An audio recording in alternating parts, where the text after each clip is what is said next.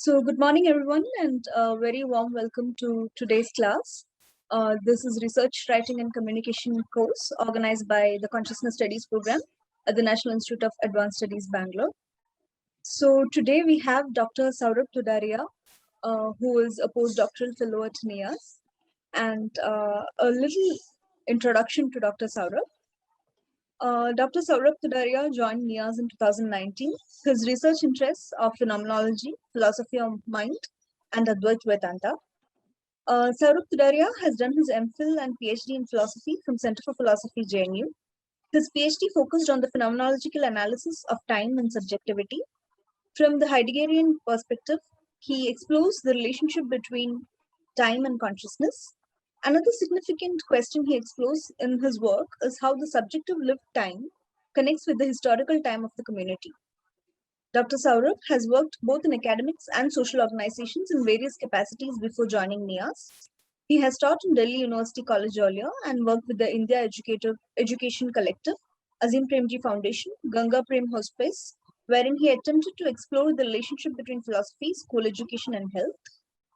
He has published articles in various peer-reviewed journals like JICPR, Springer, Journal of South Asian History and Culture, Routledge, and EPW. Besides, he regularly presents papers in various national and international conferences.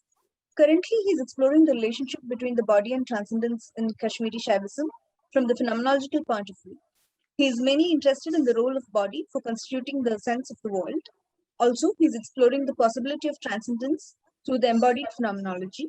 As such, his interest areas cut across phenomenology, philosophy of mind, and Indian philosophy. I think a lot of you must be familiar with him because he has been giving a lot of courses on phenomenology at NIAS, and he's very famous for it. So we're very glad to have you here today, sir. And just a couple of reminders, we have received assignments from most of you, and we are awaiting for the rest of the assignments. We will be acknowledging them shortly. Thank you all. So that said, I think I will now invite Dr. Saurabh to begin today's class. So over to you, sir. Thanks a lot, Mira, for the generous introduction. And before starting this lecture, I apologize for the delay because there was some confusion in the timings on my part, basically. And so before starting this talk, I would like to thank our Professor Sangeeta Menon, who gave me opportunity to present my ideas before you. I would also like to thank our team, especially Mira, Usha, Niharika, and others who has supported me in while preparing this talk. So this talk is basically, I have titled it something like the imaginative variations in social research, and some of the talks lectures I have followed in this course, and I have seen that how Professor Madhurima Das has meticulously told about the various kind of the nuances of the research writing and all that. And so what I'm going to do in this rather class or lecture, whatever we say, that how to think of the social research, that how do we understand the social research, what is like the imaginative variation, what kind of the possibility of the imagination in the social research is possible. So for this, may I request Niharika? I have just Niharika. Is Niharika over there? Yes, sir. Yes, sir. I have just sent on your mail ID my PPT. Can you just share it? Yes, sir.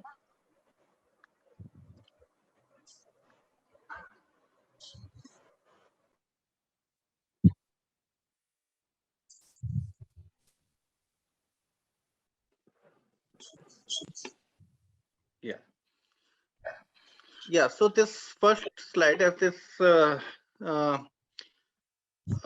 as shows. Can you turn over the slides? Yeah, first slide, very first slide. This is title. Yeah, so before asking about the research, so let us, like, ask this question that what is social actually? Before, when we ask about the social research and all that, what is social? So these are the questions what we are going to explore in this search. What is objectivity? Like what is method? And why do we at all engage in the research? So these questions are very important in order to understand the horizon of this lecture. So in this lecture, we are exploring these questions and that help us to situate our social research, our research methodology, our research questions. Next slide. So how do we understand the objectivity? So one of the major focus of the social research is objectivity. And what is the general definition of the objectivity, which is basically given by the, in natural sciences, that objectivity is the reality which exists independent of us. Like it is not something which is dependent on my own perception. So whether I exist or not exist, that doesn't at all matters to the reality out there. So the language should represent the reality. So whenever we are using the scientific language or academic language, so it should be able to represent that reality in the unbiased manner. However, we see that this notion of the objectivity has been challenged in the history of philosophy, in the history of science, and also in the history of social science, especially informed by the philosophical understanding of the objectivity, which of course started with the Immanuel Kant, the great philosopher. He talked about the transcendental term.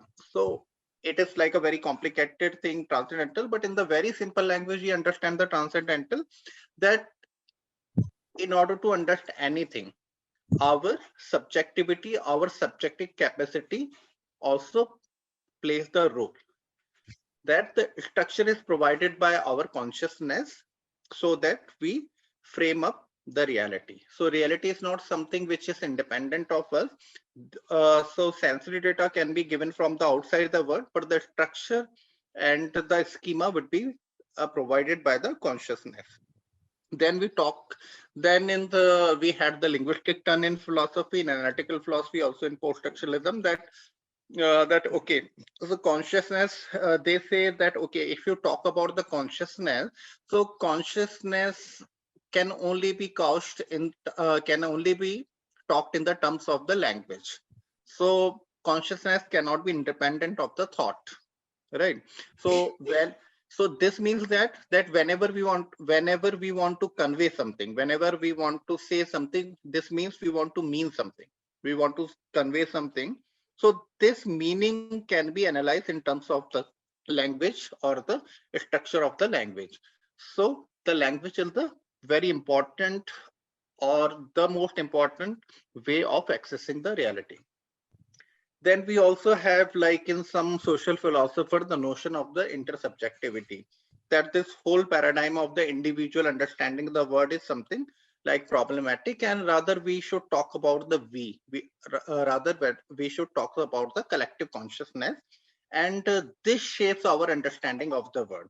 So what we say about like pragmatism, like in the Hegel and also in the pragmatism of the Trotsky, we find this notion of the intersubjectivity. So the reality, validity, truth are not something which are independent of us. They are dependent on the human sphere. What does it mean? Like, for example, when we talk about the validity of the knowledge. So validity of the knowledge is something should be in the coherence with the earlier existing system of the knowledge. So when we talk about any scientific knowledge, so and we need to validate it. So there are some procedure of the validation. There are some frameworks of the validation which has to be confirmed by the scientific or the social community. Then only that knowledge that gets validated and claim to the status of the truth. So that is why it is said that this we cannot talk about the validity, truth, knowledge in the very naive sense, as if word is existing outside and our mind is like a giant mirror. It is just mirroring the reality and our mind is playing no role. So that is why in social science we have social constructivism and all informed by the Kant and the phenomenology. In that way, we need to understand the objectivity. Next slide. So now we talk about that social, that what is social actually. So we know about what is society, of course, like society is something which the humans, when the individuals group together and they interact with each other, their interrelation, it forms the society. But what is social? Can somebody like type, do somebody has some, people have some idea? Can they type it? So what is their idea of the social?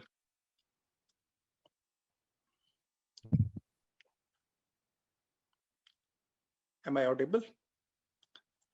Okay, Yes, living yes. together with common goals. Okay,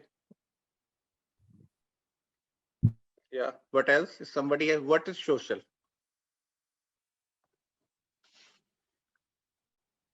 Institution. Okay, general community. So let me give you some example actually of social. These are all right actually, understanding others. These are very important part of the social. Yeah, shared goals, right? Interacting with other people, coexistence. Okay, living in a structured manner. Okay, so we have enough very important inputs for that.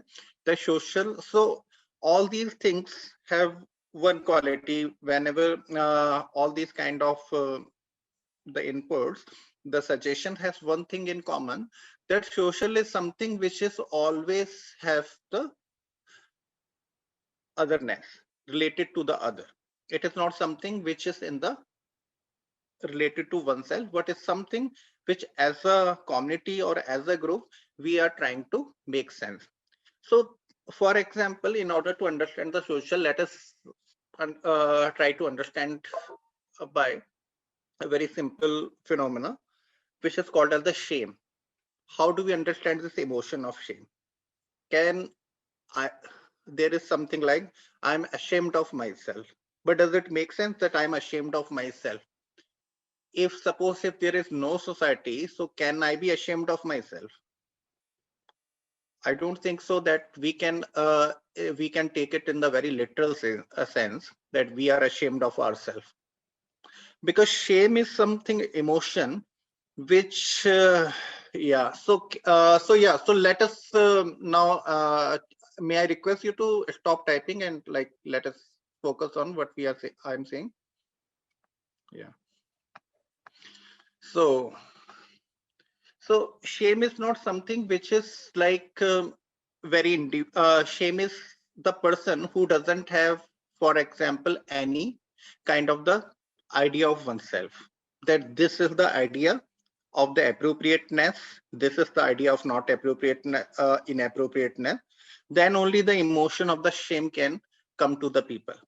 So definitely this social is something which is arisen through our interaction, and it shapes our personalities, it shapes our goals, it shapes our idea of the excellence, idea of the community, idea of our um, uh, uh, idea of our being. So this social is very important.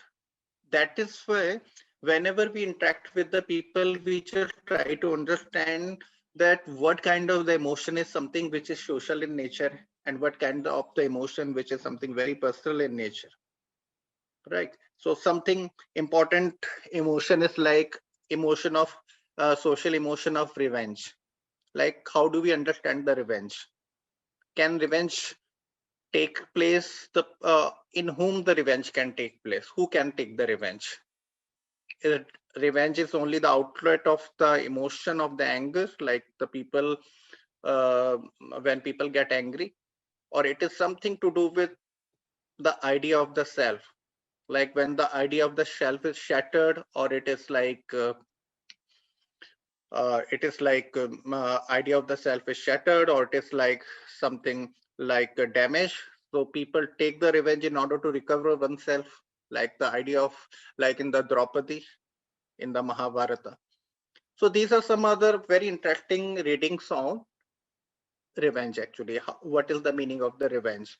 So that is why what we say when we talk about the social, so we should be understanding what kind of the emotions actually this social generates in us. So this dialectics between the social and the individual is very interesting. So let's come back to this social.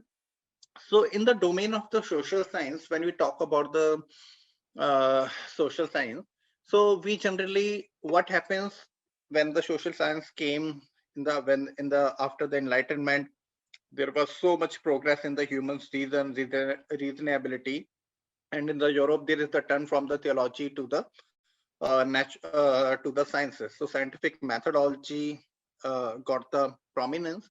So social sciences also inspired by that. So they said, okay, social science, in fact, social science as a discipline came only after that.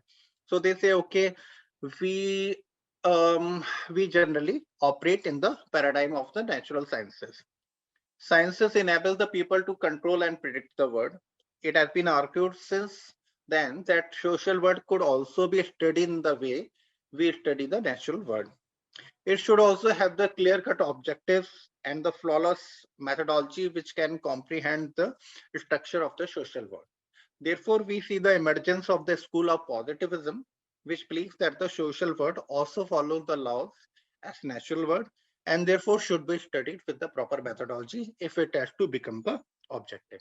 So you see that if in a very simple language we need to understand, the social world is something which is imitating the natural world. Natural world has the objectivity, social science should also have the objectivity. And how this objectivity can be approached, can be achieved when we have the suitable methodology. If the method is not suitable, if the method is something which is flawless, it is very have the cognitive or the subjective wise, there is no possibility of becoming the gaining the objectivity, right? So this is social. So whatever in the slide, I'm also I'm also trying to explain it. So if there is a problem in slide, I know what I'm going to speak. So you don't worry that much about it, and I'm sure that Niharika is taking care of it. Yeah, next slide.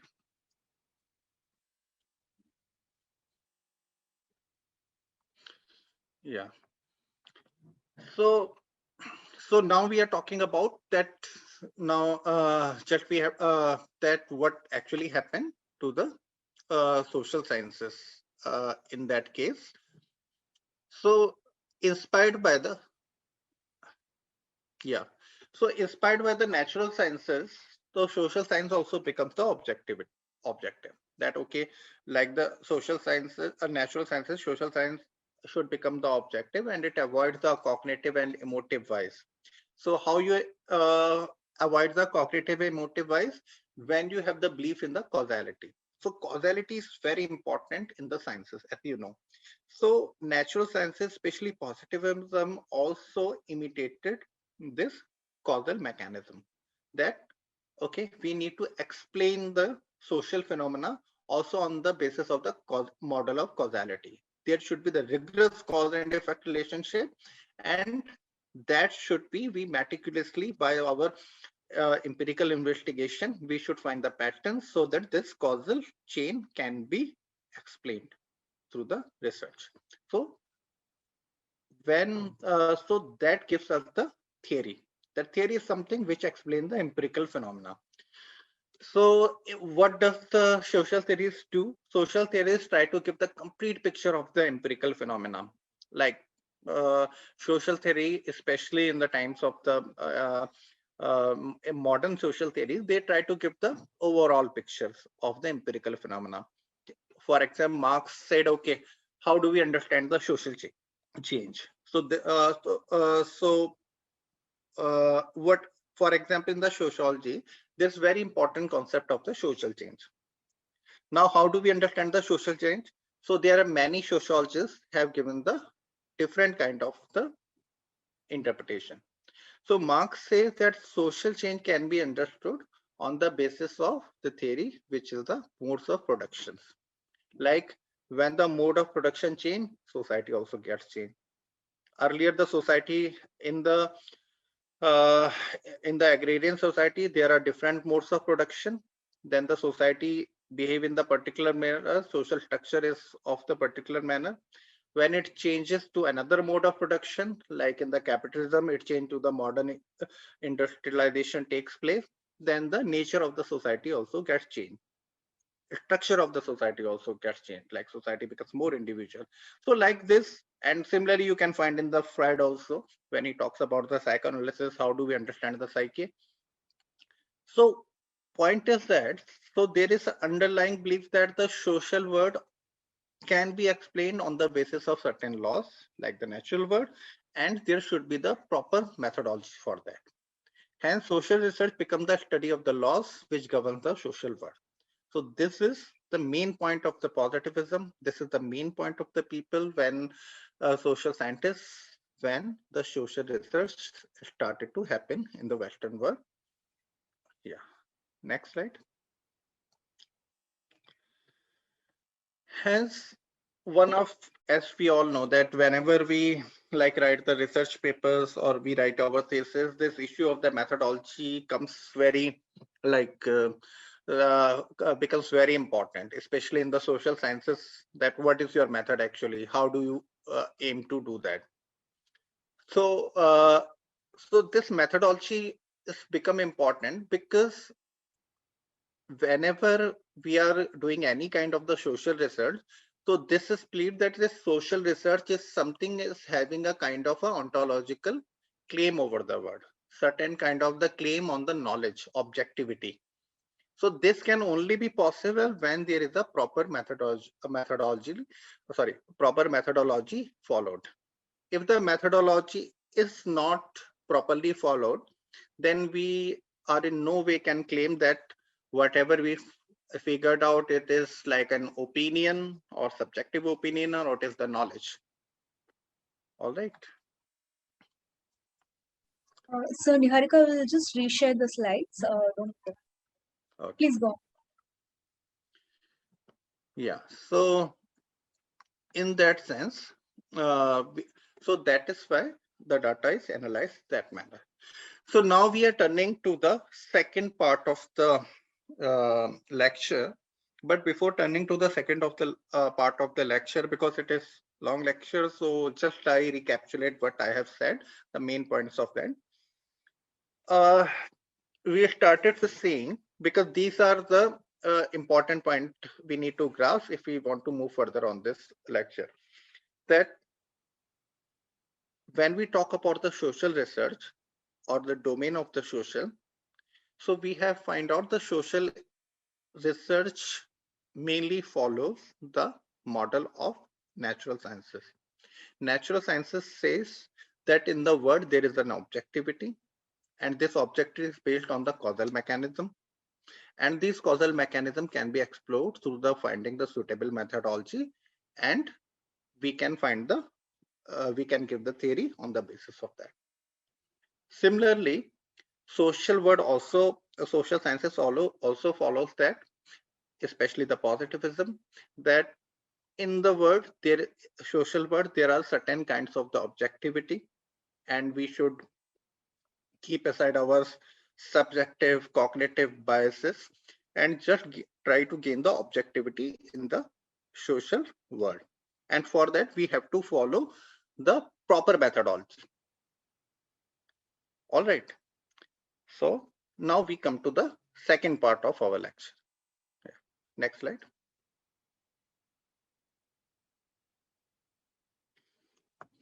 Yeah. Now, whatever we have said, these are the very strong arguments, and we are no way saying that we are trying to remove it or we are trying to repudiate all these points. But as we have talked that the understanding of this, the understanding of the methodology and understanding of in what way the social science has to be done in a large way depend on our understanding of the social world. Earlier, the social world is mainly understood in the sense of the natural world, that it is just like the natural world. So the way the natural world is functioning, social world also function. So we have to accordingly follow the methodology. So you find in the Durkheim his like study of the society, the when he interpret the understanding the society. So he said these are the social facts, totem and taboo, how the community gathers around itself. These are the social facts. So these are in that domain. When the aim of the social science was considered as as to produce the precise result as the natural sciences have done. But at the same time, there are other understanding of the social world. And this other understanding comes from the issue of the meaning, concept of the meaning. So, especially it has taken place in German and then extended to the France and all that. So it says that the social world also involves the humans for whom the meaning is the central concern for the life. That in the social world, after all, these humans live, for whom the meaning is the central concern for the life. Like Heidegger says that, Sartre said that, and Viktor Frankl says that. And mere emphasis on the objective ignores the value of meaning in the social world. That we as a human being who are in the social world, we are not just, we are also trying to make sense of our life. So meaning of the individual actions, intentions, beliefs can be understood through understanding of the social context. Unless we understand the social context, the aims, intention, desires, and beliefs of the people, we cannot understand the social world. So German calls it as Wissenschaft. So Wissenschaft is a very interesting word in German. So Wissenschaft is something which is not like it is in English translated as the sciences, but it is a not adequate translation because Wissenschaft is something which stands for the knowledge and includes both kind of the knowledge, natural sciences also and social science also. So it is a, so that is why people, German philosophers say that we should understand the word as a Wissenschaft. So yeah, so we'll come back to this question which Kanchan asked. So qualitative methods. So that is why we comes to the qualitative method. Hence, in the social world, there arises the need for the qualitative method because the quantitative method cannot aim at, cannot enable us to understand the social world in the absolute, the precise way.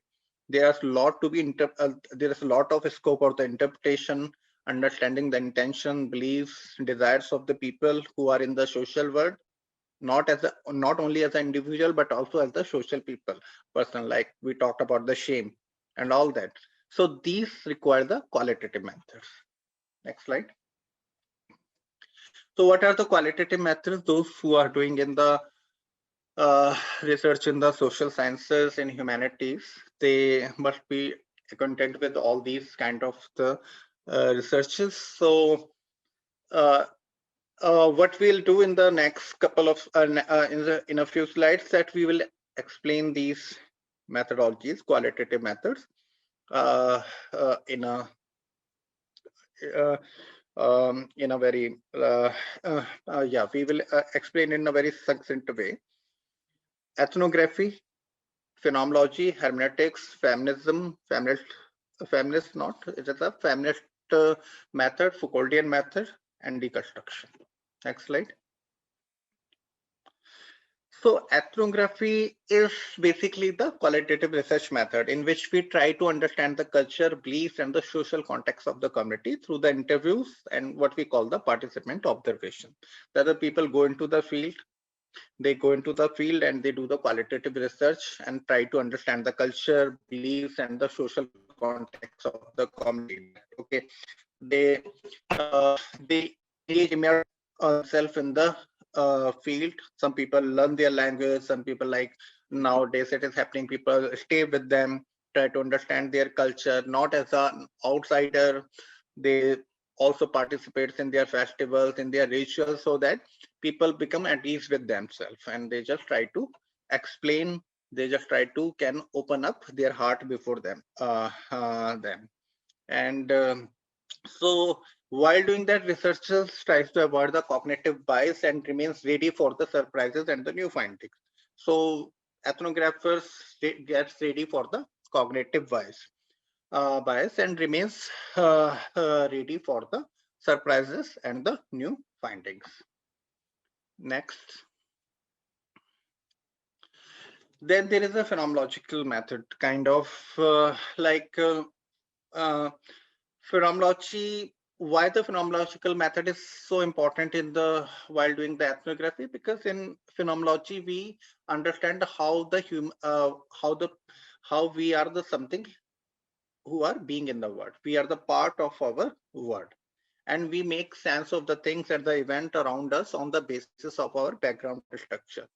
Like suppose even if I see something, some event, so this event will be always interpreted on the basis of my background structures.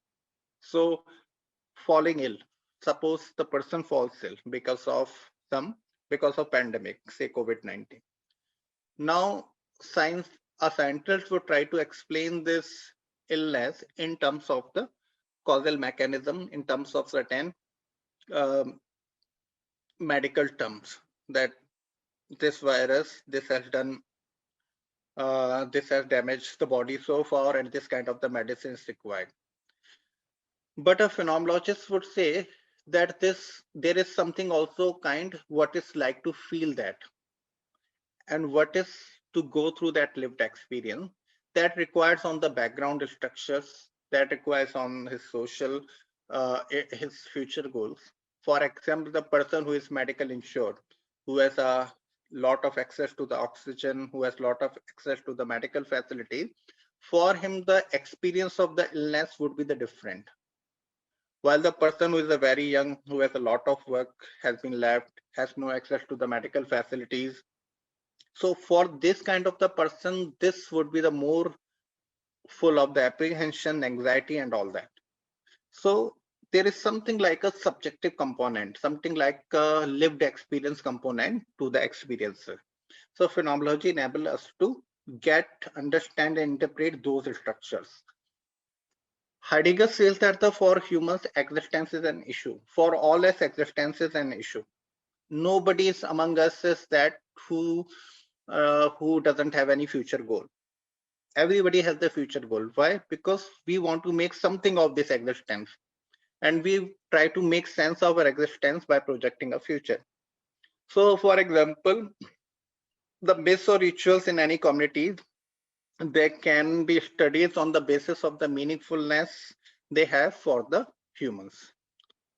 So sometimes rituals cannot be understood only through what kind of the meaningfulness they are evoking for the people. For example, Meera is doing the research on the healing tradition in Kerala, and she's observing and she's doing the field work on the rituals. So, for example, these rituals, how do they understand the self of the person? How this rituals is not something which can only be understood in the terms of their these rituals, and it cannot be understood in terms of their paraphernalia or their understanding or their social understanding only. Rather, what kind of the meaning they have for the person. Because sometimes when we are suffering from some like a disease, so some kind of the myth can give us the hope. So we can identify with that myth. And closely associated with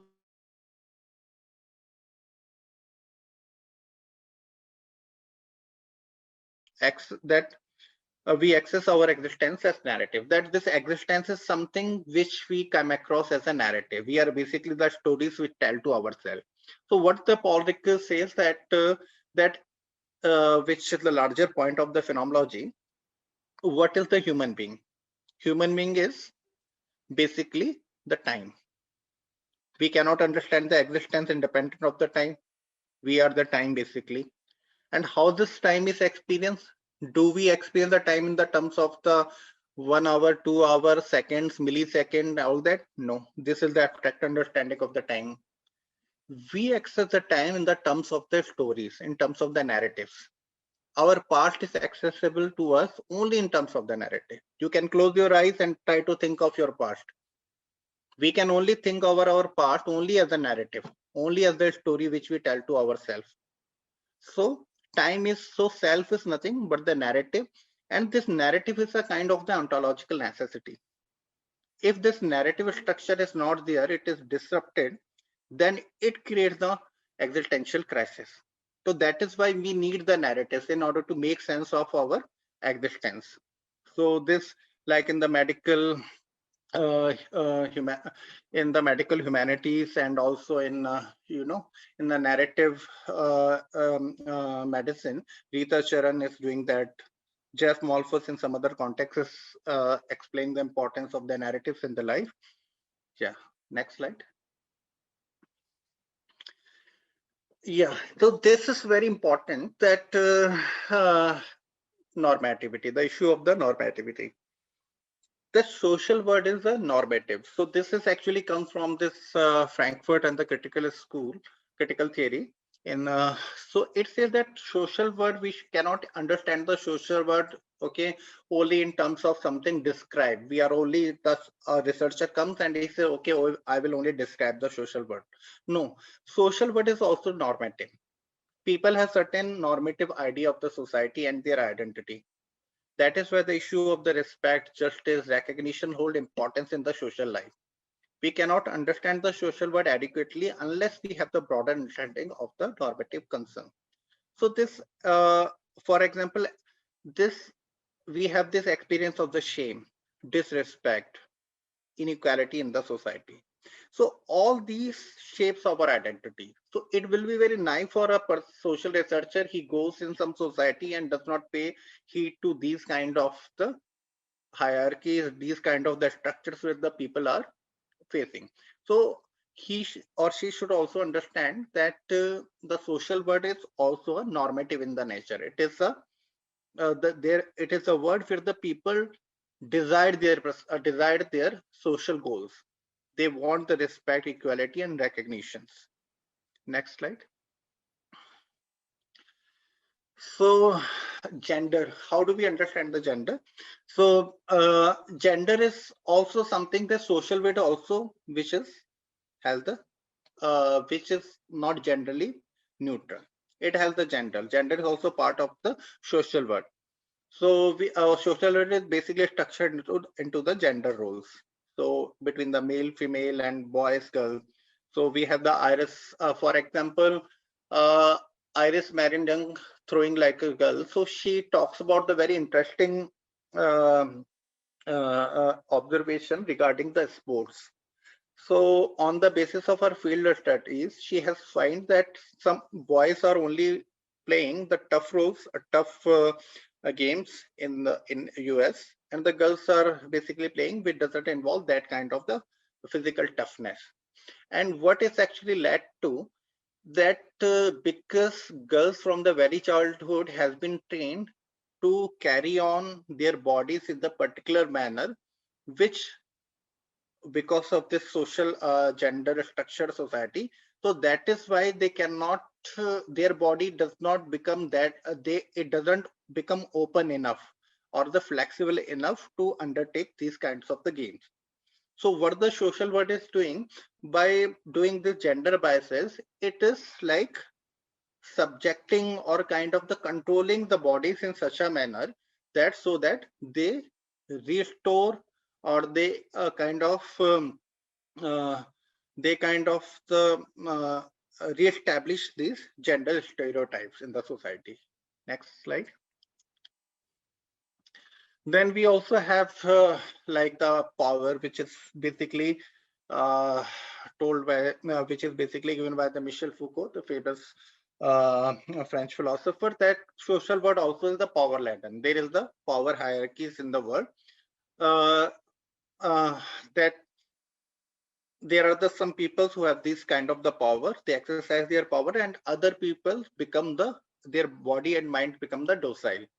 So so we cannot go at length in Foucault right now here, but just I'm saying. And then we also have the habitus in Pierre Bourdieu, which he talks about the social capital, that for example, in some schools there are suppose some girls are told, some people are told actually, some students, that okay, there is a kind of a competition on Sanskrit poetry reciting or the Sanskrit sloks reciting. So naturally, the people who are have the who are from the communities which is trained in the Sanskrit or trained in this, they will get the advantage while others will not. So this is means that social capital, that some people get the social capital, so they enjoy the more power. So then we also have the post-colonial words, that all our knowledge is something which couched in the terms of the colonization, that ourself is something we always access ourselves in terms of the colonial categories. Yeah, next slide.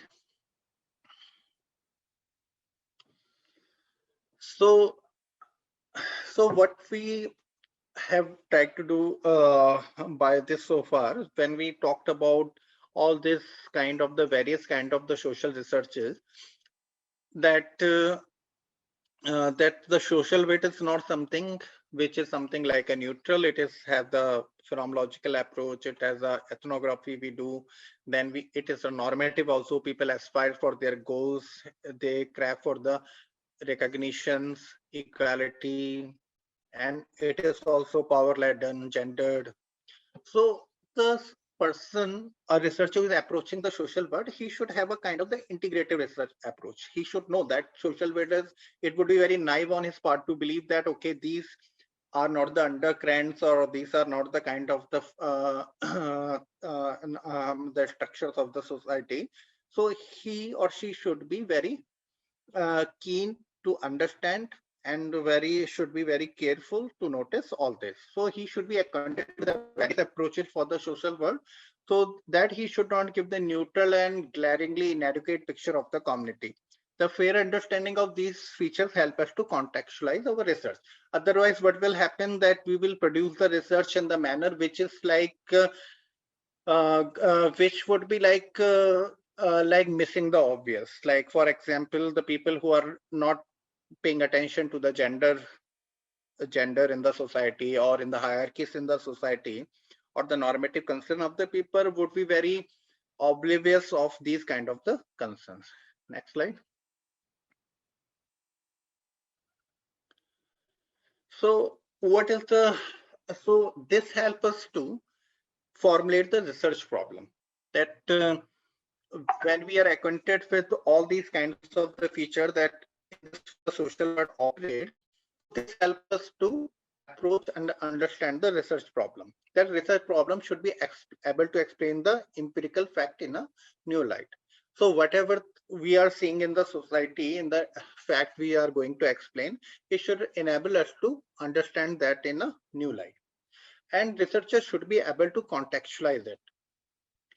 Without referring to other context, a research problem cannot be put into perspective. Now, what happens actually, this all qualitative method help us to contextualize our research. Because if we are not able to contextualize our research, then it becomes like a newspaper reporting, or it becomes kind of something very kind of the biographical kind of the thing, right? So whenever we are we are doing the research, we should be able to contextualize it. So what has been done in that part, what kind of the approaches have taken to interpret these kind of the social problems earlier, social facts earlier, and how we are how I am able to how I am going to present it. For example, suppose if somebody is working on psychopathology, and he doesn't refer to the Sigmund Freud, or like somebody is working on the pedagogy and he doesn't mention the works of Jean Piaget. So these are like the obvious kind of the missing, obvious kind of the, I won't say mistake, but the obvious kind of uh, missing. Yeah, so this is a, so this won't be taken in a very serious, so his research won't be taken seriously. Because if you want to make, if we want to make contextualize our research, we must refer to the earlier important work done in that regard. So research problem does not arise in a vacuum. It requires a specific context and the focus. Next slide. And research problem should be very specific in nature. We cannot like talk in the very general way in the research. Okay, what is the cause of the poverty in the India? Like this cannot become the research problem. It should be very specific in nature. For example, if I'm saying, okay, what is the role of the smell in formation of the social identity in a particular community? This becomes a specific research problem. What is the role of the touch in what is the role of the touch in the formation of certain kind of the what is the importance of the touch in the formation of the social identity in certain dance communities, in certain communities who practices dance.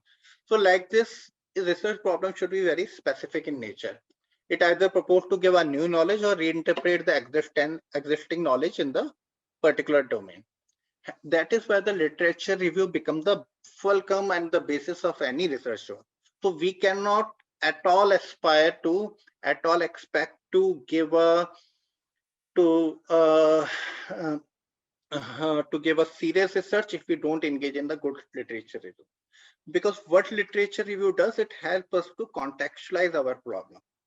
We know, okay, in this area, certain kind of the works has already been done, and what we are going to do new. Suppose if we are interpreting something which has already been done, then there is no point in continuing with the research, or what the earlier researchers have missed. So we contextualize our research through the literature review. Next slide. So in literature review, what we do, basically we select the text on the basis of our research focus, and we get acquainted with the earlier researches done in that area. Our keen researcher notices the findings of the earlier researchers in her area in literature review and analyzes whether their explanations supports or contradicts the empirical findings of a research. So suppose if I'm a keen researcher and I'm doing the literature review, so I will know that, okay, what has been the work is done, and if I have come up with some new kind of the fact, and which I feel has not been adequately explained in the earlier researches done in that area. So that becomes the point. That becomes the important point for me to fill up that research gap. So a researcher should be very keen with that. And on the basis of the literature review done, researcher contextualize the problem in contrast to the earlier work done. So when we give that, when we contrast our research with the earlier work done, so then we fill the research gap. Then our work becomes the reference for something. Otherwise, what happens? Most of the time, what the people do in the research is, which I find that they only analyze, they don't have any problem, and they just explain. There is only the explanation. This is only the paraphrasing. So that doesn't, so like our, my teacher in JNU, so he used to say to me, whenever I used to I'm just giving my example. That's not I'm a great researcher, but something but to say what he used to say. He whenever we used to do the term paper and we used to quote a lot of philosophers and all that, he used to say, I could find in your research Husserl, Heidegger, every person, but I cannot find you. Where are you in your research? What is that bothering you? If you are only speaking, if you are only saying what the Heidegger has said or what the Sartre has said, so better I should read them. Why should I read you? What you are doing, that I should be interested in your work. So this is very important point, which I later understood, that a researcher should be able to fill up the research gap. There is something he or she would like to contribute, and that can not happen in the vacuum. It can only happen when we have a proper literature review. Next slide. Yeah. So in order to drive home this point, so I am giving the example of some very good ethnographic work which I have read recently. So one is Saundra Hossa's work, this Wandering with Sadhus, Ascetics in the Hindu Himalayas. Now, Saundra Hossa in her work Wanting with Sadhur, and she is a professor in sociology and religion. Basically, she done the ethnography of religion in Oxford University. So Saundra Hossa in her work Wanting with Sadhu problematized the earlier interpretation of sadhu as the recluse and lonely monks. Because generally what we understand, okay, these are the householders and these are the sadhus. Householder something who lives in the community, and sadhus are something who live alone, who is like mendicant and like the monks, recluse. But on the basis of our studies of the various akhadas, ashram, religious festivals, like this is like Kumbh festival, which is so much in controversy now. So like Kumbh and all that, she claimed that how this melas, Kumbh, akhada, ashram, which form the notion of community. And the notion of the community, idea of community, is also the very essential part of the sadhu world. So this is the new interpretation she has given, which was not in the earlier research. So this shows that a new research adds something to the already existing knowledge on the basis of the proper systematic study. Next slide.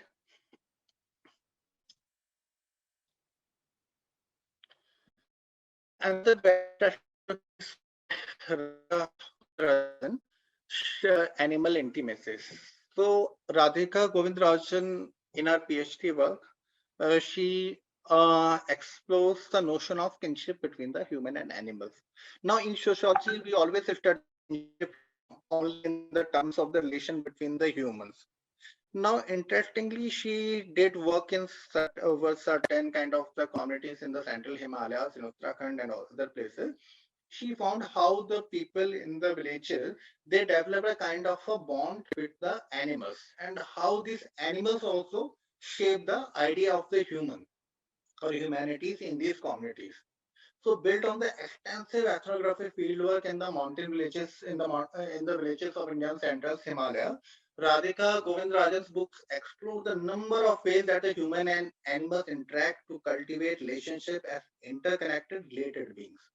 So this is a very interesting that how the kinship, the new interpretation of the kinship, and also it gives the philosophical framework to understand the human. That humans cannot be understood as an individual, as a monadic subject, but something as a related beings. And this related beings can also happens with the animals also. Yeah. Next slide. So it is very important and that we understand that in the social world, this social world ontology is the ontology of the difference. Social world is not something where we will find only the uniform social world. It is not something which is does not give us the surprises. But social world is something which is full of differences, full of similarities. So we should be we should able to understand that difference. So how do we understand the difference? So like difference is basically understood as an in contrast to the identity, generally philosophically, that okay, if we suppose if we have seen some new thing, so we immediately put into the general category. But the question is that how to understand the difference as difference, independent of the identity. So in the philosophy, we find that difference is understood as the epistemological rupture.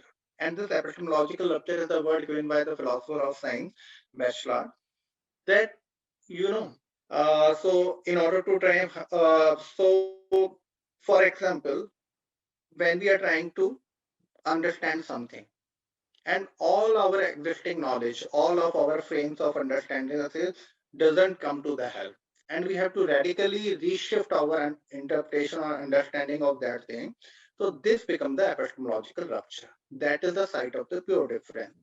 And this is what Thomas Kuhn in his revolutionary rules structure of the scientific revolution also talked about, that the science is not something which progresses in the very, in the very progressive way. But science is basically, there is a kind of the, it, uh, it is full of the contrast, contest, and kind of the break and the rupture. So that is why he said, like in the Newtonian paradigm, from the Newton to the quantum, there is a whole shift of the paradigm. When some new things comes, we have to shift the paradigm, our whole interpretation of the understanding. So that is why in post-structuralism, this Heidegger, Foucault, Derrida, Deleuze, all this talks about the difference. Foucault talks about in the episteme, Derrida in the deconstruction, Deleuze in difference and repetition. They all talks about that there is difference is something which we have to, it is something new, which we have to which we have to like respect, which we have to kind of take as a clue in order to go to the newer domains of the knowledge. Next slide. So we should understand the social research as a normative concern. We that social research, social science cannot be modeled on the basis of the natural sciences.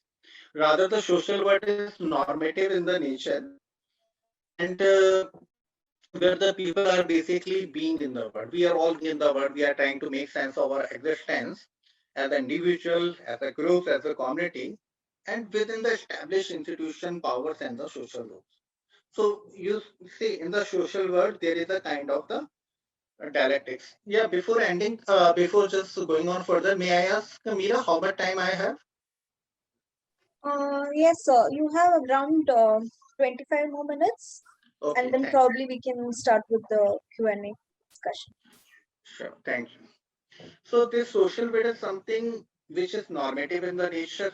You see, there is a dialectics between the individuals who are trying to understand the make sense of their life, their goals. At the same time, there are the institutions, power in the social roles, which are trying to restrict it or sometimes enabling it. So in this in-betweenness, like there is a social. So social is therefore teeming with the singularities and the uniqueness of the experiences. So social world is something which is full of the similarities. And there are the many uniqueness of the experiences. For example, the people of like there are many interesting social researches which are happening. Like for example, the people who are trying to understand how this sense of the smell, sense of the touch, they form the social identities, they form the sense of the social. Then we have the researches like how the violence actually, how this communal violence is different from the other kind of the violences this we find in the Vinada. So there are many uniqueness of the experiencer. So that requires a kind of a very holistic and kind of the innovative approach towards the method. So social research therefore should make the experience as the epistemic source for articulating the theory.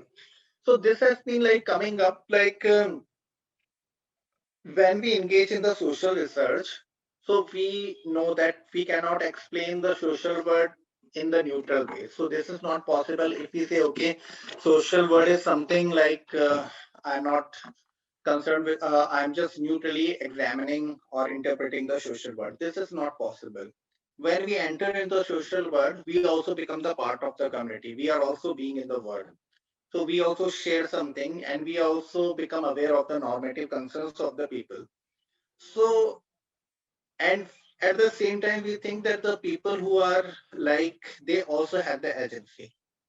They are also trying to articulate their experiences. So it is very important that we take their experience as the epistemic resources. That how do they articulate their feelings and how do they make sense of their existence? And this helps us to formulate the theory. As such, social researchers produce the new vocabularies for articulating the new experiences. That is why this social researchers cannot they can give us the new kind of the vocabularies.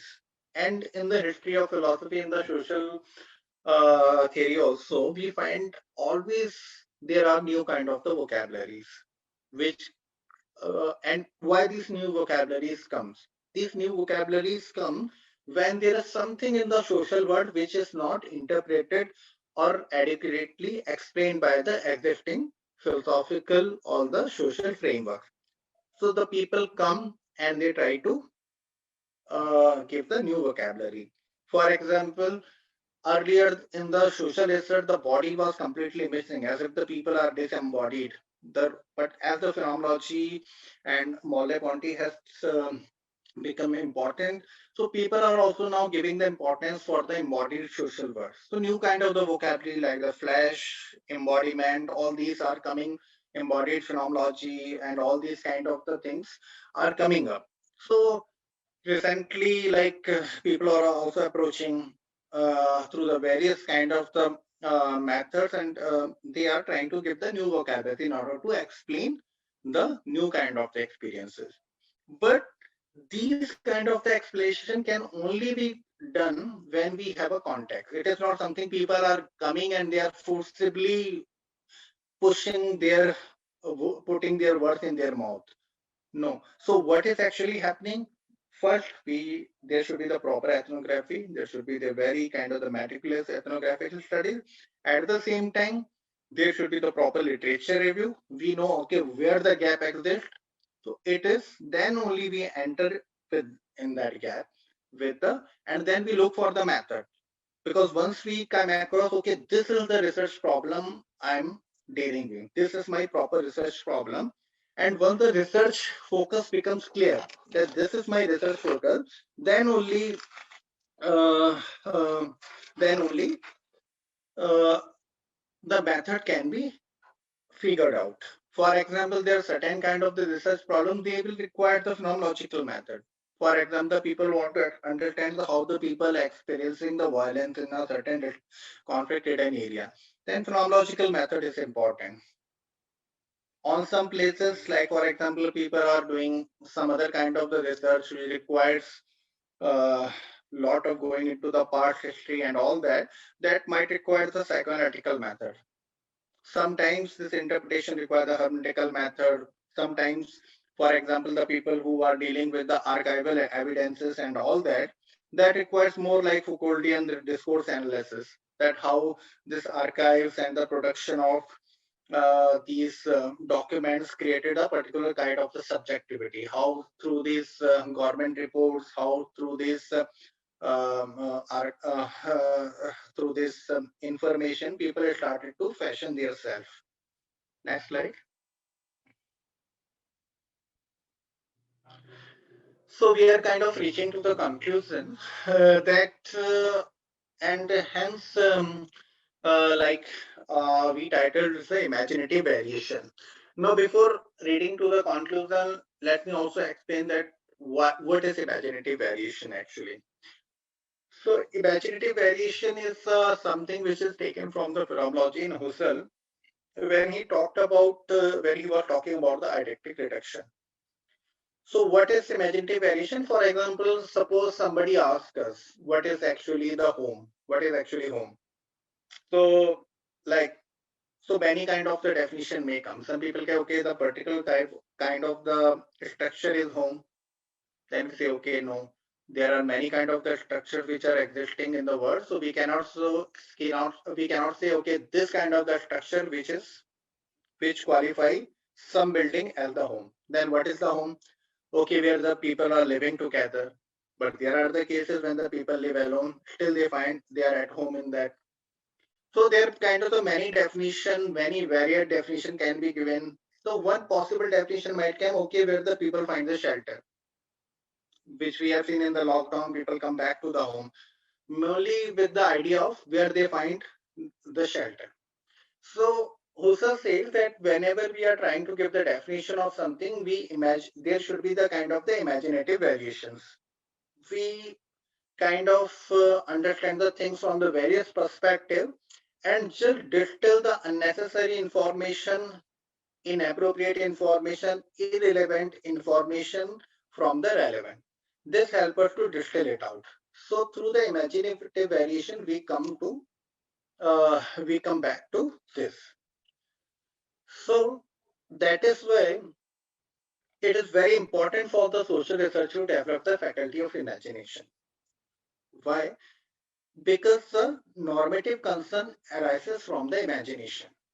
A social person who is not, a social researcher who is not feeling, who is not imaginative, who is not getting emotional, so how could he or she imagine? If he becomes a very kind of a neutral toward the research or become completely objective, so it is very difficult to imagine, because imagination, if in philosophical terms we understand, like as a Kant talks about, Hannah Arendt talks about, imagination is something which enables us to see the possible future. We imagine the future, we imagine the possibilities. So the normative concerns comes from the imaginative possibilities. So the people who are trying to make, suppose the suffering through some kind of the problem or some kind of the violence in the society. So why they are feeling in that way? Because they are also imagining some future, which is because of present situation they are not able to realize. So in that way, for social research, art becomes the paradigm, because it is something, art is something which arises the reflective interest. So like for this, I would just give the example of Immanuel Kant, who in Critique of Judgment, he talks about the art. And at one place, he makes the interesting difference between the art and entertainment. So he say, okay, what is the difference between the art and entertainment? Because in both we find the pleasure. Both seems to be joyful. But he says, he says, suppose if there is some very interesting song which has a some like popular item number, say of a Bollywood or some kind of these kind of the songs are, so people might finding it entertaining. But what happens? It cannot hold our reflective capacity, because it doesn't have that. Because that is only for that moment.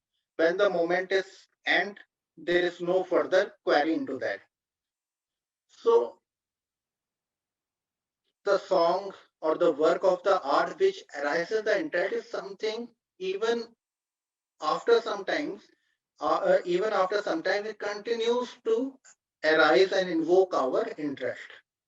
So he says art is something which is not something which is only for the which only for the mere entertainment, but it is that which holds our reflective capacity. That is why when we read the good philosopher, a very beautiful work of the literature, or we see a very or we listen to very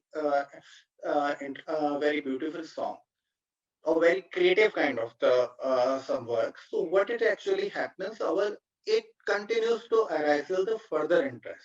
While in the entertainment, in the ordinary on the cheap work, there is no further inquiry. There's no inquiry. So this is what distinguishes the art from the entertainment.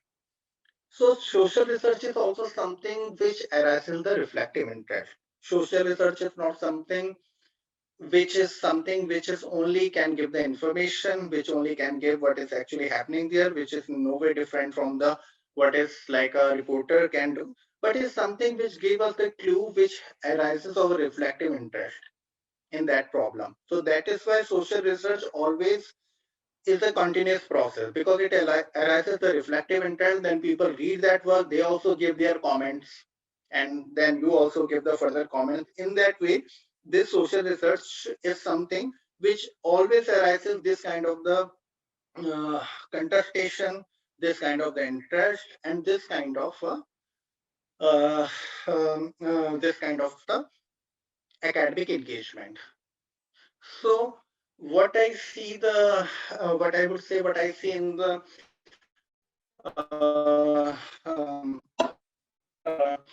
what I how I the social research or the academic writing in the social research, that it is something which contextualize itself, and it fills up some research gap, and it invokes the reflective and the academic interest in the people. The people should like find it interesting. It gives something new to them, and then they feel, then they propel to ask the question. So with that, I end this lecture, and I hope I have made sense. Uh, so thank you. Thanks a lot. Thank you very much, sir, for that wonderful lecture. It was definitely very interesting. So, participants, if you have questions, I can already see a couple of questions in the chat box. We'll be taking them. Apart from that, if you have questions, please raise your hands.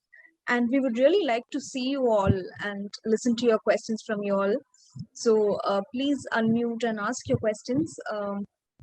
Raise your hands and we will unmute you. So, sir, shall we start taking questions? Yeah, please. Okay. So, Kanchan has a question. We will first take hers. Kanchan, please go ahead. Yeah, thank you for this wonderful lecture. I just wanted to ask if you can explain the hermeneutics that is in theology, because this is how the hermeneutics started, and hermeneutics in phenomenology. And how does phenomenology distinguish between, because that is also in social sciences, psychology, and we can see it's in literature also, which is converted as a reader response theory. So can you just explain us the subtle difference? Thank you. So can I? So should I give answer now? Yeah, so since we have some time, I think we can take questions one by one. Okay. Okay. So yeah, so this is like in phenomenology and hermeneutics, as you rightly said, that hermeneutic is something which started with theology, especially with the interpretation of the Bible. What is hermeneutics actually, and what is the role of phenomenology in that? Because phenomenology started with the lived experience, that that the people who are trying to make sense of the life through their experience actually. Now, hermeneutics is something which says that when we interpret the word, we interpret the, though it started from the text analysis of the text, I'll come to that it interprets the word on the basis of sometimes presupposition, which quote unquote Gadamer called as the prejudices. So very important point in hermeneutics is the hermeneutical circle. For example, if somebody says to me, suppose if all throughout my life I have read Ramcharitmanas, and I thought, okay, Ram is Maryada Purushottam, he is the ideal, and I have this kind of the understanding of the Rama. Now, when I read the Ramayana, so I will have a kind of a understanding that Ram would be like this only. But when I will read the Ramayana, I will find that this is the basic the story of the prince. So what will happen that I have approached the text with a certain kind of the understanding of the whole. But when I read the text, this will keep on shifting. The text also gives us the kind of the surprise. In this way, my understanding get becomes comprehensive or get corrected. So they say that the hermeneutics, when we approach the social world, we approach the social world with certain kind of the prejudice, certain kind of the basic understanding. And as the newer kind of the surprises, newer kind of the knowledge emerges, we change the context, we change the understanding on the basis of it. Because we cannot live in incoherence. Suppose if we have certain context and certain new kind of the facts are coming in the field, so in order to build a theory or build an explanation, we need to give a coherent explanation. And coherence only comes when we are able to, we become flexible enough to reshift our understanding, our context or our understanding. So it cannot happen if we become very rigid. So that is why it is used in literary criticism also, philosophy, and also in the social world. Take a question from Victor and then we'll come to you, Narasimha. So, Victor, are you here? Yes, ma'am. My question, yes, sir. My question is very general. I just want you to explain the difference between ethnography and autoethnography. That's it. Okay, so well, I don't. Ethnography is basically, I think, it's So generally, ethnography is understood something which help us to understand the social context of the people, how the people actually make sense of their life. For example, you see the people are taking bath in some a certain river. So this is a social action. How do we interpret that? We do the ethnography. We understand, okay, this festival is important for the people, or this kind of the ritual is important for the people. That is why they are doing that. Otherwise, it is a mere movement. People can't make sense. Now, at the same time, it has found that ethnographer cannot make the distancing, because at the same time he or she able to remove the cognitive or emotional or other kind of the biases. So auto ethnography is also needed, that you also get transformed in that process. No, it is nothing like there cannot be a kind of a very sharp difference between the we can maintain between the people, ethnographer and the field. After some time, they become kind of integrated. So this is actually what I had in the mind. Meanwhile, in our other lecture, Professor Manish Thakur has given the whole talk on the autoethnography, and it was very interesting talk. And he is the expert in that field.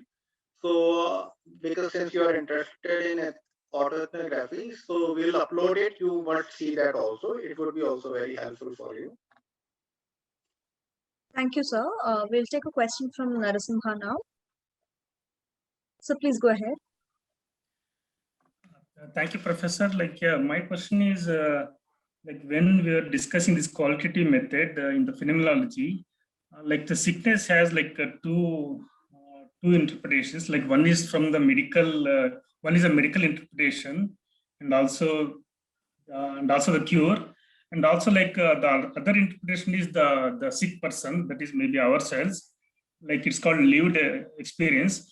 Okay, we have our own understanding of the sickness. But what about the cure? Because the medical in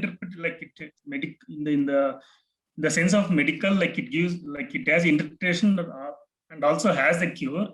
But what if the subject perspective, okay, we have an understanding of sickness, but what about the cure? Do we have any understanding of cure, or how to respond? How we interpret our own cure? So other than taking medicines. I think I made my question clear. I think so. Thank you. Yeah. Yeah. So I don't know, because there was some your voice was echoing, so I don't know whether I got your question correctly. But I think I understood the major part of it, about the sickness and how do we understand the cure, notion of cure, and all that. So this is very interesting question. That recently, especially in the phenomenology of illness and medical humanities, a lot of these kind of the analysis are going on in the field of how do we understand this notion of sickness and illness. And recently I was reading a paper by the Yael Friedman. It is something called the On Recovery. So in which he makes the interesting difference between the sickness, disease, and the illness. So he says the disease is something which is, medically defined. Okay, your temperature has risen to that much, this means you have the disease. So it is codified by the medical community. And illness is something which is the people who this is required the phenomenological experience. For example, a doctor may say, okay, you got your fever is over, but you still may feel that you are not well. So he gives the example of the person who has a hand injury, and he was about to go to play in the Olympics. Now, and contrast with the another person who had the head injury, but he could, but he was not an Olympian. But another Olympian, his tour get cancelled. So he said medically, both even after the recovery of his finger, he will still suffer, because now he will think that because of this hand injury, he or she is not able to go to the play for the Olympics, and that has the loss. So this will result in the illness. And then he talks about the sickness. And sickness, he defines sickness as something which is socially defined. Like in some communities, certain kind of the mental health issues or is defined as a sickness. While in the other society or with the certain progress of in the knowledge, that is not no longer defined as a sickness. So so that is why I think it is very important to be as you talked about the cure, that very important to understand the nuances of this illness, which is a very important field of the sickness, health, and all these issues. And we should so that we can think about the cure accordingly. Like for example, Geeta Charan talks about the narrative medicine. She says because the self is basically narrative taken from the Ricker and Heidegger. She says, okay, what happens when the people who are the diseased, you help people should like talk to them and then they and help them to formulate the narrative actually. So they can tell the story to themselves and it heals the people from the illness. Yeah. Thank you. Thank you, sir. So now we'll take a question from Debajit. Debajit, you can ask your question. Hello. Yeah, we can hear you. Yes, yes. Sir, I'd like to ask, I am from archaeology background. So currently I am doing my MPhil and doing my field work in ethnography. So many times I feel that I am becoming subjective with the perspectives of the participants. So how is it possible to fully be with an objective mindset while doing the ethnographic field work? Can you give me some guidance? Okay, so may I ask you, what is your idea of objective? Like when you say that you wish to become the objective, so what kind of the image or what kind of the ideal you have in the mind? Like for example, there is a person X in your perspective who is fully objective. So when he goes to the field, what he will do or she will do? What is your thinking? Okay, so for example, while I was doing ethnographic fieldwork some days ago, so one of my participants, she told me that she has a specific mindset towards, I'm actually dealing with beads, terracotta beads. So while making this, she has a specific mindset that it should not be used by the male persons of a family by any means. So it should only be used by female. So that time I was thinking that um, like she is a kind of lady from a village background. So it might be her perspective, and it might be true in her context. That type of thinking came to my mind. So I was becoming a bit confused. How should I uh, keep this in my report about her perspective while doing the analytical part later? Right, got your point. Yeah, so like one thing is depend on your research objective, right? Yeah. So what are your research objectives? So depending on that, we distill out what, because in the field is something which will give us a plenty of things. So we Yeah. segregate the things on the basis of our research objective. Like if your research focus is narrow or like delimited, so you know, okay, what kind of the findings you have to represent in your field, because you can't talk about all the things. One thing is Yes. that is on the larger point, but second is more important methodological point. So that, for example, suppose you come across and she has given the particular interpretation that okay, some kind of the people, male should not be using that, and then you see immediately you interpreted that, right? Yeah. Yeah. So this means you are also the being in the world. You are also something like not something totally neutral. You are also kind of a person who is situated in the world. You cannot be totally artificially aloof from your background. Now the first thing is that uh, what the phenomenology say or hermeneutics says properly, that this cannot be avoided. right?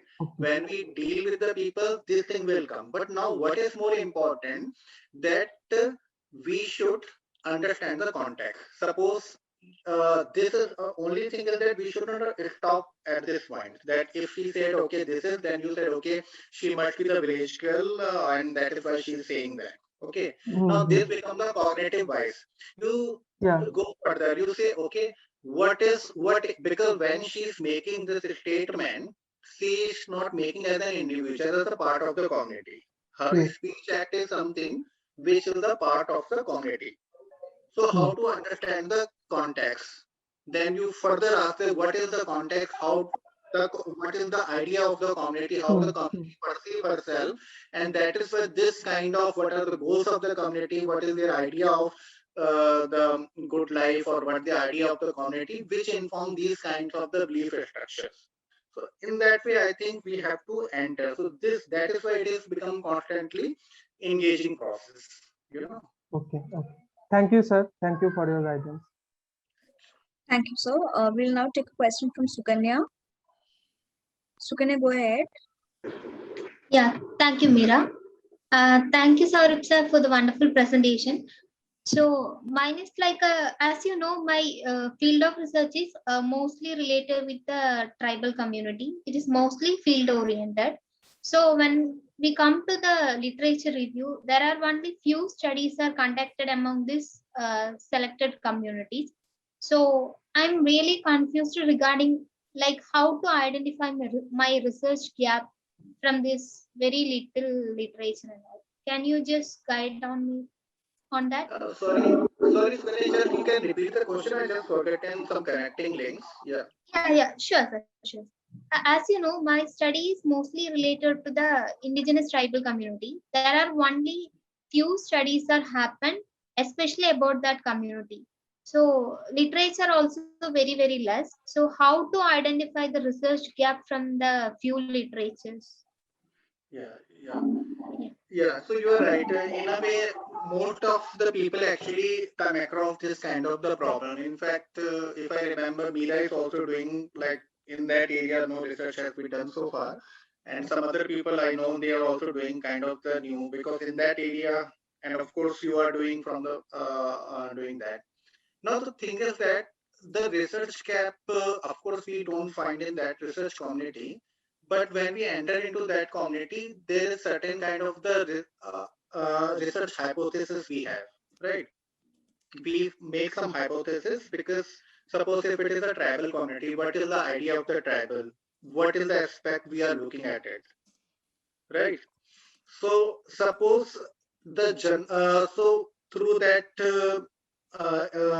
through the field work and through the understanding ethnography of that particular community, does it add something to the already existing knowledge of the tribal of that area, not of that community, but there must be that community must be, that community is something listed somewhere, okay, in the government accounts or in somewhere there is some understanding of the, for example, there is some kind of the understanding of that. So you can you can also say you can also add on to that this general understanding of this is not adequate, like in that way. For example, I give you example, like earlier, like in Uttarakhand, there is some community actually in which, like, mostly they have been understood in the sense of some general framework of the tribals. That okay, this is the general framework of the tribals, and we have to also understand their community accordingly. But it has found that in that community, unlike the other tribal areas, the stories of the Mahabharata is very popular, and in fact, they see themselves a lot of their actually culture and the practice are is informed by the myths of Mahabharata. So in that way, the people done research in that area are able to show that how they have a certain kind of the new kind of life what they have. So I think in that way we can understand that. I don't know I'm making sense. So may I also add something to that? Yeah, please. That would be So more. Sukanya, I feel another way of looking at research topics which are less researched upon and which has less review of literature uh, that we can do is to look at it as, you know, the cup could always be half empty or half full. So when we are looking at less researched areas, the research gaps are also so much that we can actually the scope of research is so much more wider, so which actually makes it all the more interesting to look at, and we could add so many dimensions.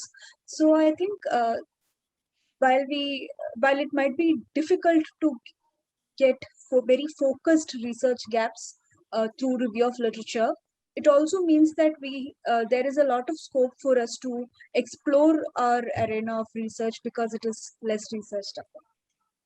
That's about it. Okay, sir. So now we have a question from Savita Vasudev Talel. Ma'am, Savita ma'am, you could ask your question. Ms. Savita, are you here? Okay, sir, in that case, I'll just read out the question. She's just asking you to differentiate between method and methodology. Okay, so yeah, methodology is something which is the study of the method. You know, so like method is something, as we all know, method is something which we apply in order to, for example, we say, okay, in the context of the research, we say, okay, method is something which enables us comes to the research outcome. How do you come at this research conclusion? What are your methods? So you say, okay, this is my method. If I am under, so suppose if you are trying to understand the psychology of some person, so you say, okay, I have adopted the method of the second analysis, or you say I have adopted the phenomenological analysis. This becomes the method. Now, at the same time, in the research area, there is a question of the methodology. What is the research? Why? What is the method? Why at all we need the method? What kind of the method? Why we should change the method? What kind of the research requires? What kind of the method? So these kind of the researches become the research methodology. So that is why, especially almost all in PhD programs, we have the courses of the research methodology. Why? Because the students or the PhD doctoral scholars can come across with a variety of the research problems. So they know what kind of the methods are used, what kind of the research problems are in the field, so they are able to contextualize themselves. Right. Thank you, sir. Participants, if you have any more questions, please feel free to raise your hands or put it in the chat box. Okay, Kanchan, I see you have raised your hand. Please go ahead.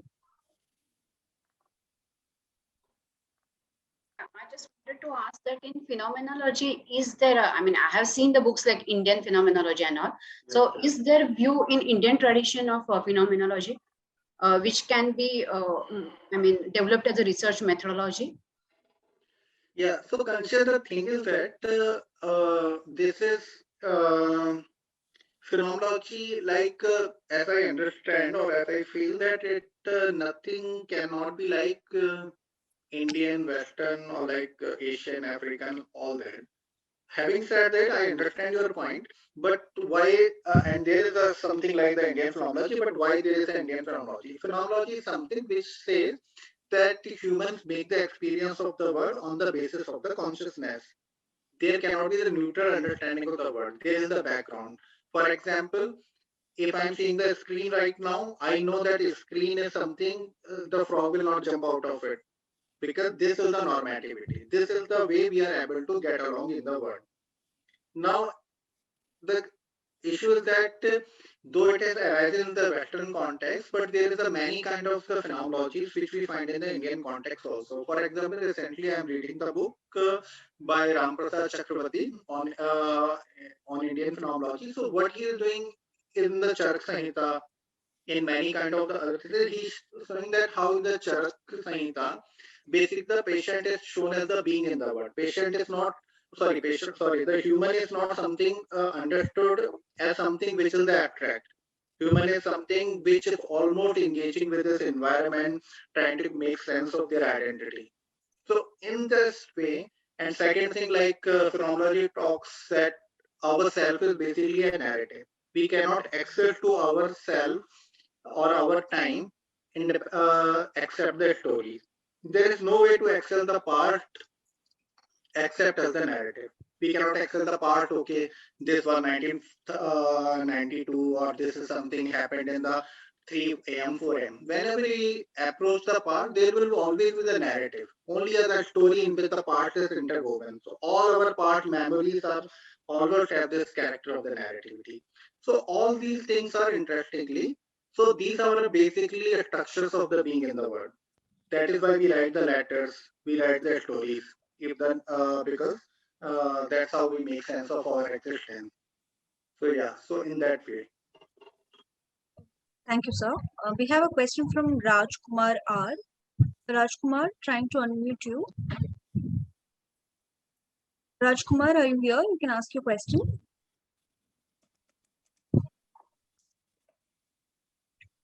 Okay, I'll just read it out. I want to know Dr. Saurabh's comments on using phenomenological methods for studying mental illness, especially people who are delusional and has hallucinations. Yeah, so this is an interesting question because there is especially the of course, lot of phenomenological method is used on the study of the mental illness, but in the psychopathological cases like hallucinations or schizophrenia, this is a very difficult to understand phenomenologically because phenomenology is something which tries to give us a how do we operate in the world as a social being, how do we make how do we appear, how do we like make sense of our life in the intersubjective way. But in the schizophrenia and all that happen, the people have the delusional concept of the reality, which is very difficult to convey to the other people. And that is why there is a kind of the unique subjectivity is developed, which does not have a kind of which phenomenologically cannot be validated.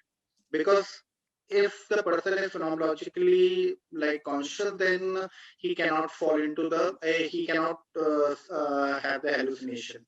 But precisely this hallucination cuts the our ties to the intersubjective world, to the relationships. That is why this becomes a very kind of lonely and like a independent kind of not independent, but very kind of the subjective kind of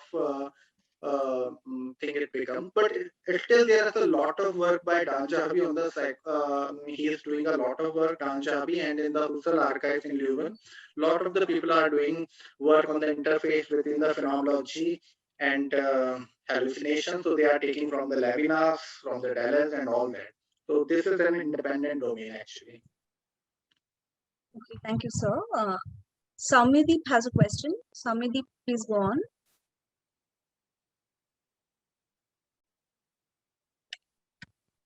Saumideep, we're trying to unmute you. I think I'm audible, isn't it? Yes. Okay, fine. So thank you so much for such an illuminating lecture. Thank you so much. My question is that since you have discussed about the normativity, the issue of normativity, my question is, and then you have also discussed about gender and power. So the issue of gender and power, these are the different, not only these are different issues, but different discourses altogether. Power and gender. Now, my question is, how could we arrive at a democratic kind of handling of the issue of normativity, where these two or several discourses are found to intersect in the context of an interdisciplinary or a multidisciplinary research? Okay. So yeah, so the thing is that, as you rightly mentioned, that the power and gender is basically the different issue. You are right, but they are different, but this doesn't mean they are separate. For example, in Judith Butler, right? So she is actually, she's a post-structuralist feminist, which talks about the body as a performativity. So she uses Foucauldian insight of the power also. and at the same time she is using it in the feminism. So you can find in the Louise Gray also that she is using the post-structural method of the deconstruction and all that, but at the same time she is using it in the feminist discourse. If we read her works like I Love to You and other these kind of the phenomenologies.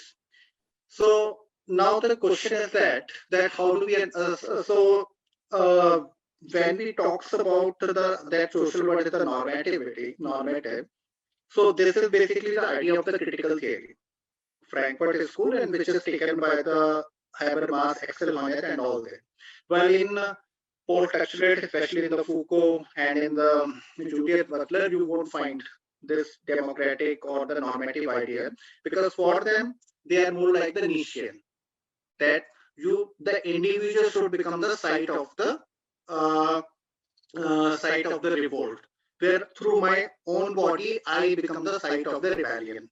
So their emphasis is more on transgression rather than on the democratic idea.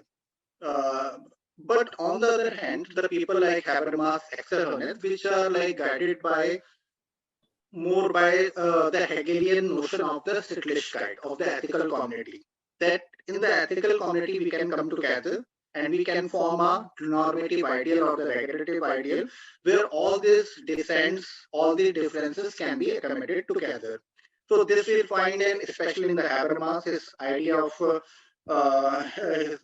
in his idea in Habermas, where and also in Axel Honneth, all in the critical, that all these kind of the differences that in the social world, these differences should be come together, and the institution, especially the institution, should accommodate these kind of the differences. So if there is a gender bias in the society, if there is a kind of the caste bias in the society, so institution should be able to allocate that justice, that should be able to dispense that justice, and you form the policies, you form the institution accordingly, so that they should not alienate the people.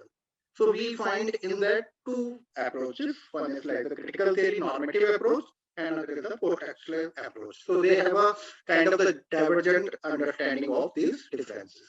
Yeah. Thank you, sir. We will now take a question from Ashwin. Ashwin Beatul, we are asking you to unmute. Please go ahead with your question. Ashwin, are you here? Okay, I'll just read out the question, sir. What would be the best methodology for studies of the effectiveness on impact of learning from technology to students of secondary school? So he's just asking you for a methodology. Okay.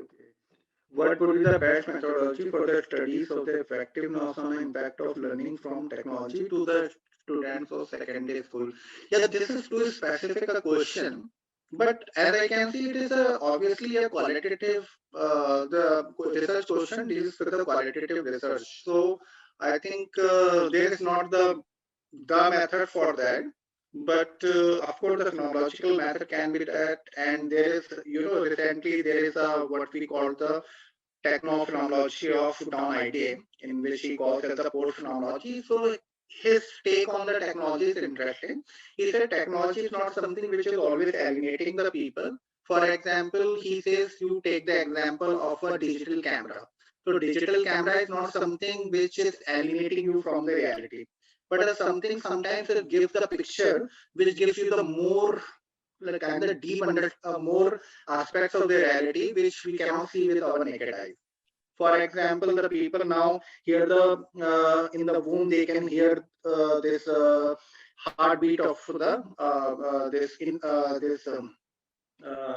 baby. So how do so earlier it was not possible, but through this newer technology they can have these kind of the experiences. So technology is not always alienating, but it's something it can also enhance the experience. Yeah. Thank you, sir. And Jovi Paul has asked you to suggest some other scholars like Rita Sharon who talk about narrative as ontological necessity, perhaps later in the WhatsApp group. Yeah. I think Meera can also share that because she and I think one of her, they are also working in this direction, so they can also tell. Yeah. And then Narasimha has another question. Would you like to go ahead, Narasimha, since you're here?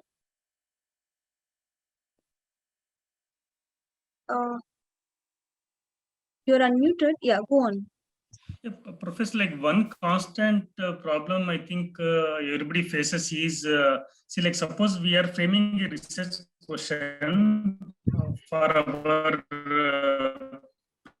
proposal, but how to know whether that research has been, like it's already been done or not, like we don't know, right? Like which tools to use, whether our question has been answered, that's a kind of difficult. Yeah, so this question, like, the thing is that is why very important literature review and being in touch with the research guide is very important. Because we cannot do the research is something we one fine day we say, okay, we are asking the research question.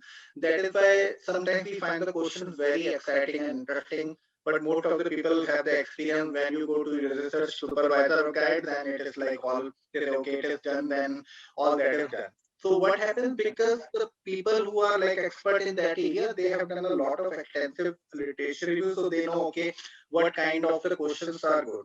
So very important, your relationship with your research guide.